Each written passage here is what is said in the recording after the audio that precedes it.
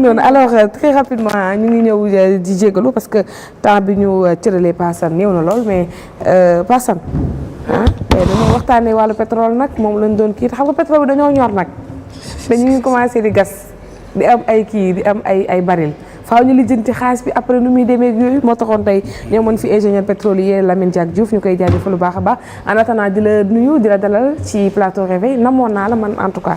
na bismillahi rahmaani rahim asalaamaaleykum wa rahmatullah taala wa barakaatuhu. noo leen raw nuyoo na. yaa ngi lay fay lépp bon temps. waaw yéen tuddee loolu. maa ngi leen di nuyu kilifa bii ma fekk fii. xam ngeen kii. bañ a xam kii mooy sunu doyen sunu nijaay préféré. non yéen déjà yéen a ngi ko bëgg a def doyen Maguette Lo non. kii c'est un grand journaliste. moom moo tax ñu koy wax doyen bi nag.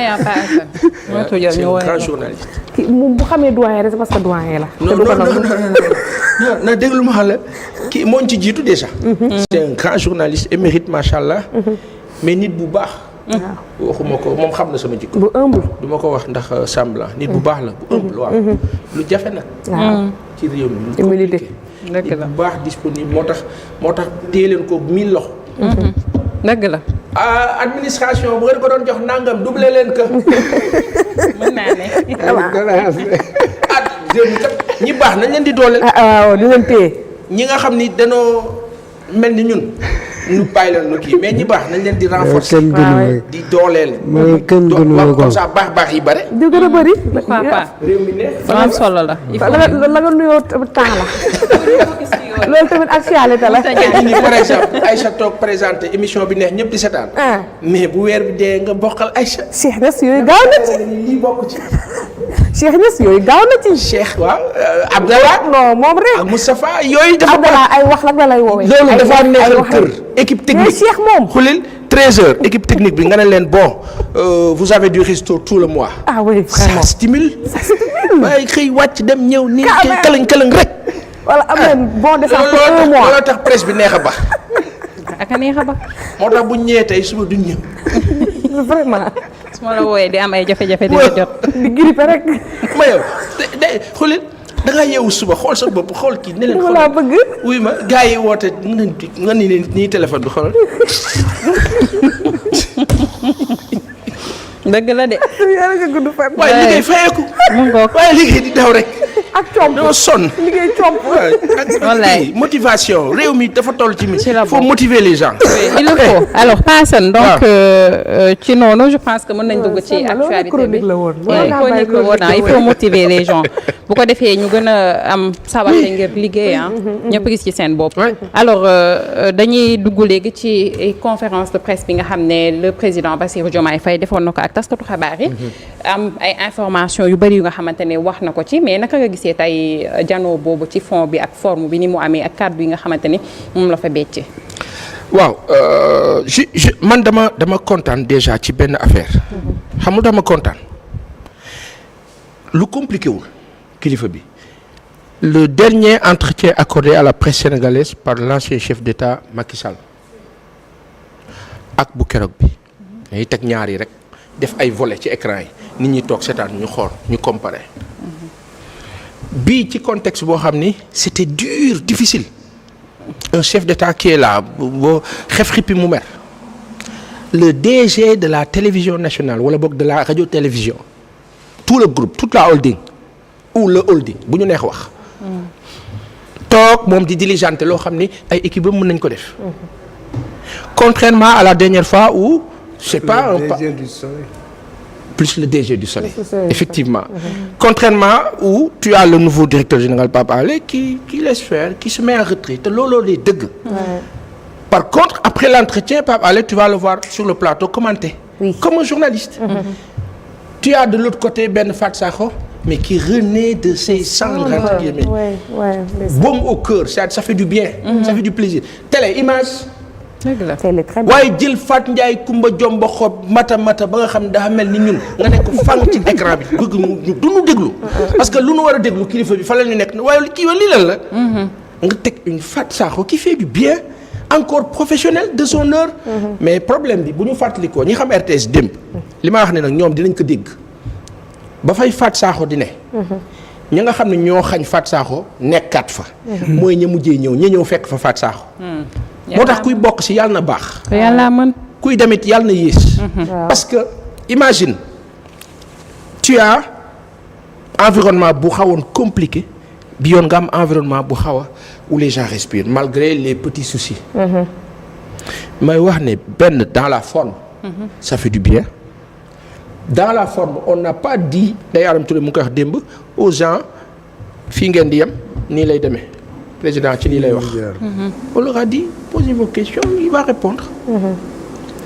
entretien bu dee nag dana am protocole. mais bien bala sûr ngeen daa tàmbali rédaction sax di ngeen réunion bala ngeen di def. mais sa invité rek da nga ko naan mais pas ça on va parler de ceci ou de ça. après ñu kii loolu c'est un.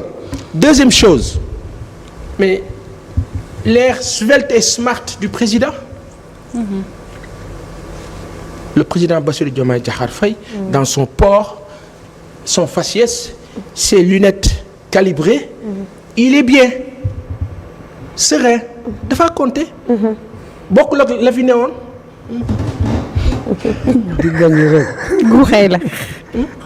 waaw affaire bi diis ngay xool ba mu yàgg ne xaaral jël commande bi changé dem jàpp kii jàppal xale yi nekk la dem. wax dégg. comprendre nga. est-ce que comprendre nga. ça compte. léegi ci contexte boobu nag ki nga xam ne nag xol bi nanguwul loolu moom du setaan loolu du ko dégg li maa wax ni fi mu ne nii def boo ma daggalee delloo na ma la ko. loo ma wax ak yow. waaw ma fi ne xam nga fi maa waxee. maanaam yow mi nga xam neexu la. li maa wax ni boo ma daggalee delloo na ma la ko. te fa nga déparé man damaa tëbal. da nga wax bi wax ak dégg. réew maa ngee dox. ñetti weer il s'est passé énormément de choses. mais bien sûr. Le président a parlé. a répondu aux questions, c'était ambiant. La partie la plus émotive, ou émouvante plutôt, c'est quand il faisait son témoignage sur M. Sonko Ousmane, le Premier ministre. J'ai entendu les répliques d'une partie de l'opposition. Je comprends. mais du fan ko foog li séeréer bi naan li ngeen foog du loolu. leneen la. loolu en passant mais ku nekk ak nit. yàlla jaarale sa xéwal wala bokk sa ndam ci moom mais sañ nga boo toogee public ne diw jërëjëf. ce témoignage c'était comme qui dirait jërëjëf merci reconnaissance la. Après ça a été interprété d'une façon j'ai entendu des gens dire oui il faut que le président s'assume et qu'il comprenne que c'est lui le président mais non de Dieu on arrête ça le débat newul foofu. c'est-à-dire dégg-dégg la laaj. gis nga tey jii nii ka mu neex ak ka mu neexul. ka bëgg ak ka bëggul ka si ànd ak ka si àndul li am na. voilà. gis nga parce que léeg-léeg nga toog ci clim ba pare tàng jër. mos ngaa gis loolu. clim bi nekk 16. wuy ma ñëpp daan waaye affaire bi sedd na de xulil nga ñaq. c'est normal. xam nga loolu tolluwaay la moo dina yow foofu bien woo ka mel noonu nag kenn mënu si moom dara nangu rek. nangul ko yàlla ñaanal ko yàlla itam yàlla dalal ko. dal mu dal da nga wax loolu c'est important tolluwaay la beneen bi moo di ne parce que dans la réalité quand un peuple finit d'élire un président au premier tour un opposant au premier tour le Sénégal pour la première élit l'opposant au premier tour musu fi am na fi mais si tu es réaliste un politique intelligent waxuma politicien de un homme politique intelligent il se calme te li gën a bon xam nga la bu doon yóotu wërsëg parce que wërsëg boo yootoo rek yaa ngi njëkkante pourtant boo teeyee mu ñëw demal ak le temps mu agsi ceenu paq mënu kaa tee bu dee ñëw coon way nag yàlla ko yàlla yërëm waaw léegi 3 mois boo fi affiché woon ne maa ngi nii ça s'appelle positionnement. mais mal placé.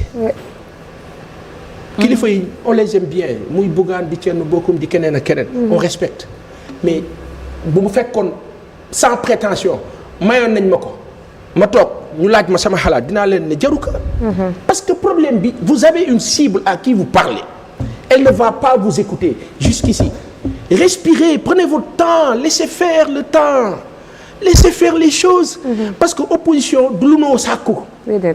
circonstances yi am nga ne d'accord ma. waaw.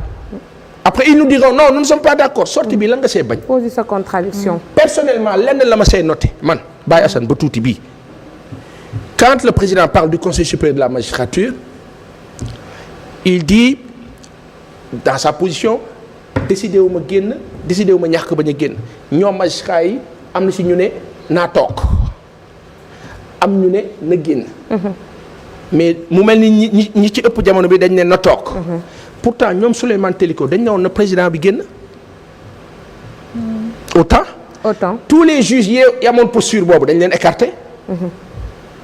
ñi wax nii ñan la posons-nous la question ñi wax nii ne non non na président bi des am na ci ñoo xam ne fi mu ne nii dañoo bokk ci ñi ñu war a puus.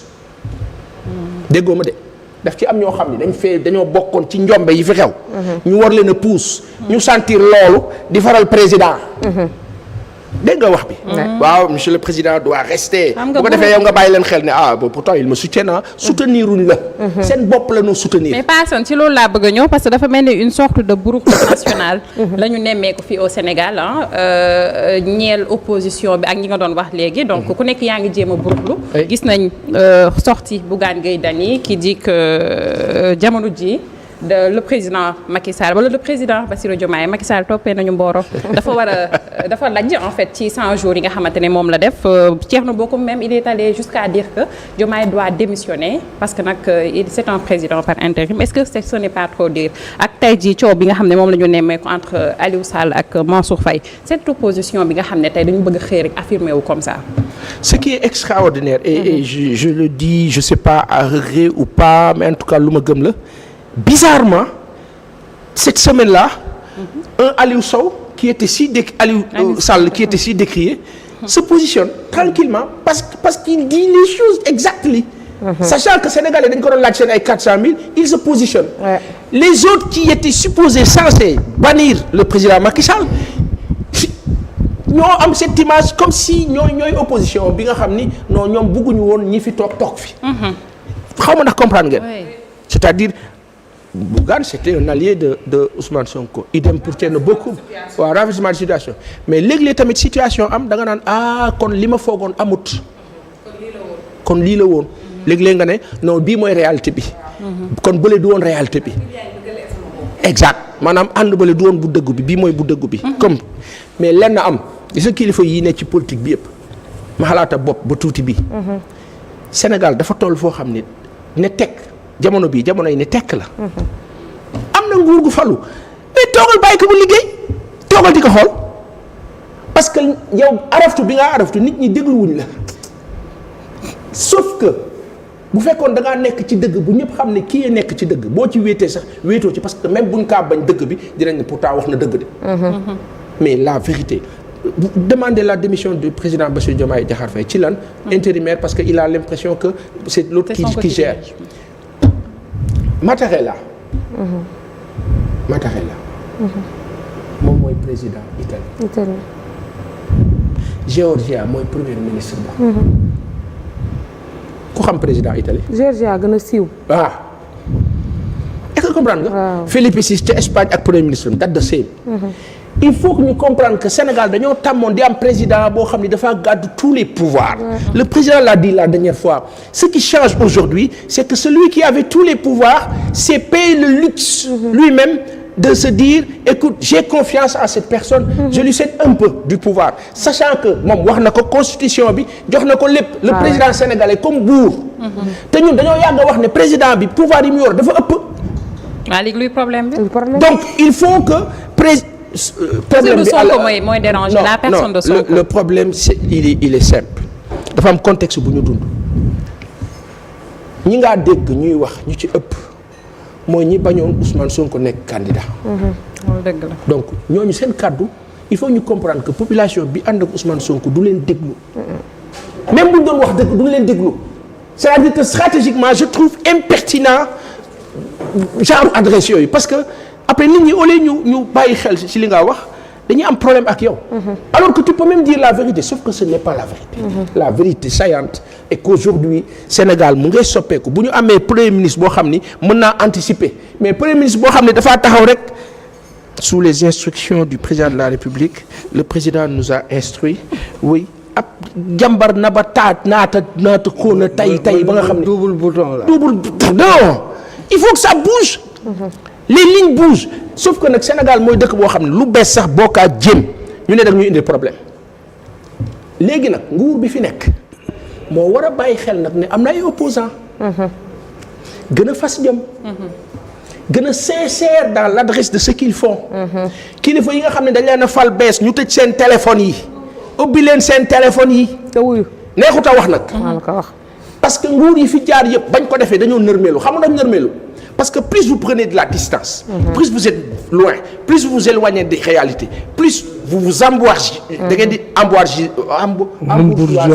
vous vous embourgeoisez après da ngeen di jël distance da ngeen di sori vitre teintée c'est compliqué mais vous oubliez les nañ def réalités. effort kilifa yi amuñu jot naam mais am nañ ay équipes vous avez des équipes dites à vos équipes de parler à ceux-là à qui vous parliez avant ngeen di falu su ko defee frustration du am parce que ka toog la toog loo boo ko sàgganee du baax donc loolu c'est vraiment benn parenthèse maintenant la dernière chose que j'ai notée mu nekk foofu peut-être je dirais pas bémol mais mu nekk lu ma soxal le président a répondu à l'une des dernières questions de Ndeye Arame Touré sur les bases militaires Ndeye Arame a nuancé en disant les bases militaires étrangères le président a parlé des bases françaises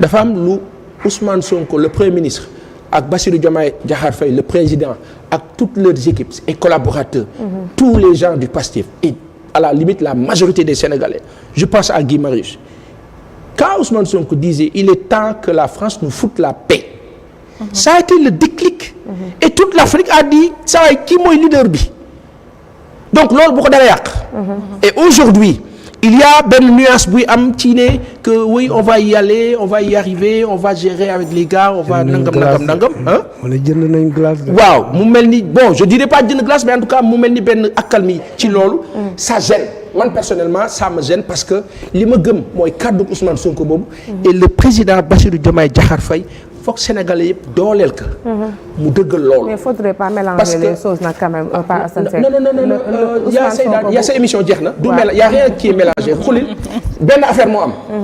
ma wax ko fii tëjee ko. tubaab ñaar lay seq ak yow laaj leen diaspora bi dëkk ak ñoom.